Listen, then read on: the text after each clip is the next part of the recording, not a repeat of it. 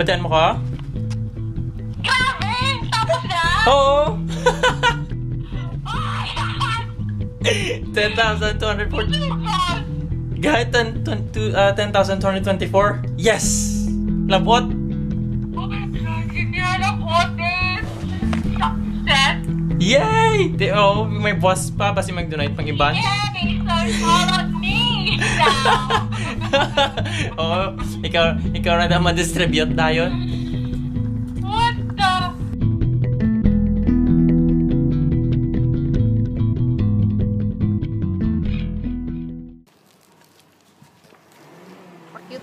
Pakit lang tanan.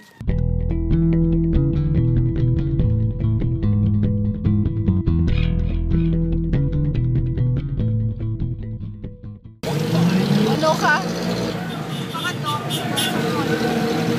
Ano nasakyan mo? Nasakay ka sa zero. Okay, ari na kami sa video to claim the money that Ken said and Nick sent. The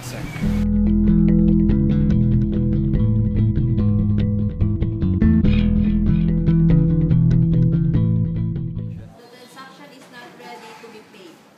Okay. Zoom is waiting for payment from the sender to clear and to receive of funds. Okay. So, thank you. Try to boss. Or, di na siya pwede matrack, no? Hindi ato transaction, so hindi siya matrack. Wala pa naman. Okay, let's try the other Try one. chicken, good.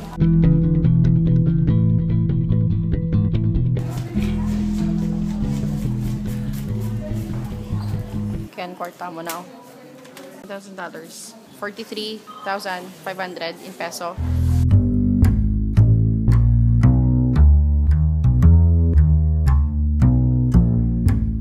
Ang ako yung event sa stocks ko.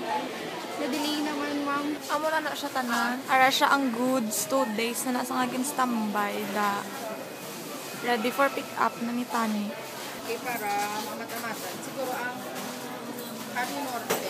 Pwede man buhay naman yung sardinas. Ma'am, pwede po niyo ko pa ngayon. Pwede man. Naka-lugid siya malahaw. Naka-detailed. Nakita kami plastic for miswa repackaging. Medyo dako. Ariyo. Arigo-rigo na ni. Kapta bineng. 750. Pila ni ka pieces man? Pwede kami 100 pieces.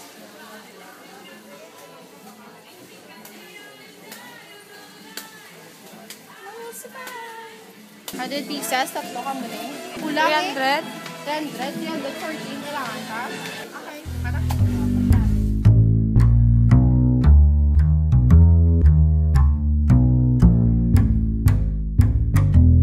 Doon sila gin purchase, wag ulang.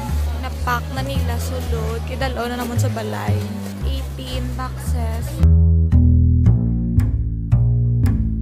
Bantay siya taxi.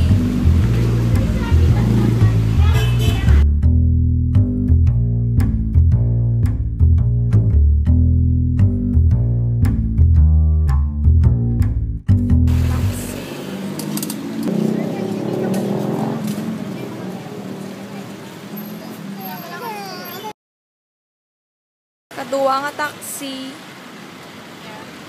Kanina ko sagot na siya. Sir, pwede kami sa pagbuto sa Lopez ng boots. Subdivision lang.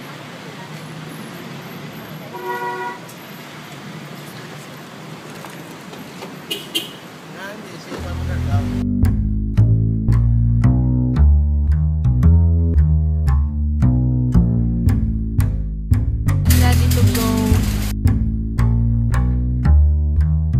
Wala na si Polski. Nagkatuan siya. Drop off lang sa apartment. Tapos, diretso kami makasang miswa. Wala kami lalaki.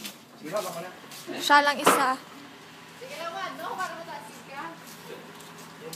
Tagal mo lang. Noodles na lang yan. Hindi mga lalaki. Hi guys. Ngayon, nagtubulan na. Tubulan sa naglakad. Carrie ni Tita, Carrie. Uy, good gym. Hoy, nag-miss call si Tito Ken. Last one.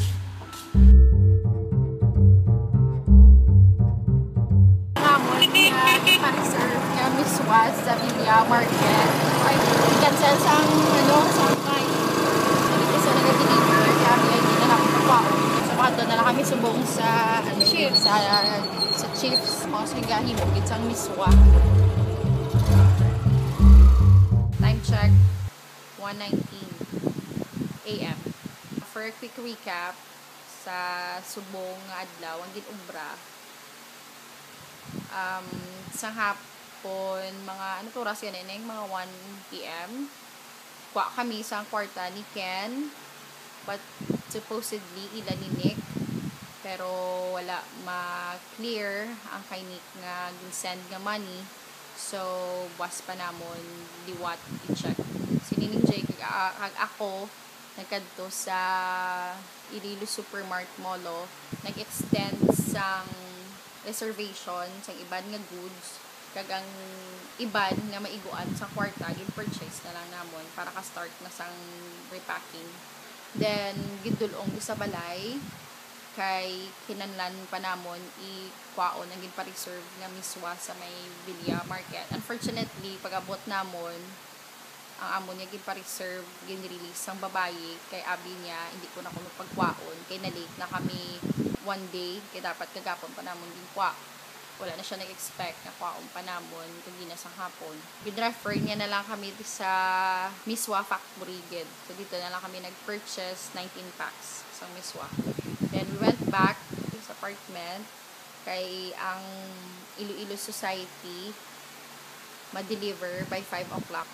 Then, mga 6:30 na, 7, we started the repacking from Miswa, 16 pieces. 19 packs to, no? Then, per pack is good for 16 households na. Start na namon repack sa mga gagmay nga plastic. Then, next, on the line was, yung habon. Oo, laundry soap, yung pang utod, kay 4 na siya ka-bar.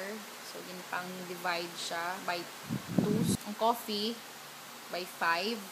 Then, last, ang noodles. 3 pieces, 3 kinds for each household. So far, amo pa lang nang natapos namon. Ang nabili naman ang samon, ang pork and beans nga in can. Kag Ribisco crackers, which is, hindi naman sa kananan, i-repack kaya naka-individual naman siya. So, hopefully, talikwas, ma-receive na namon ang ginsend ni Nick nga wala ma-clear kagina para ma-purchase na namon tanan niya goods. Matapos na tanan buwas ang repacking. Then, hopefully, ma-distribute na kami by Saturday. Ang amon gid nga schedule. So, daan mo malang na. Okay, say good night. See you naman buwas.